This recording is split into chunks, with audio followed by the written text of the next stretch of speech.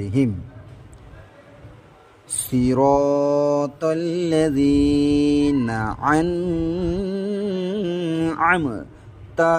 আলাইহিম। 5 নম্বর আয়াত ইহদিনাস সিরাতাল মুস্তাকিম। অনুবাদ 5 নম্বর আমাদেরকে সরল সঠিক পথ প্রদর্শন করো। 6 নম্বর সিরাতাল্লাযীনা আন'আমতা আলাইহিম।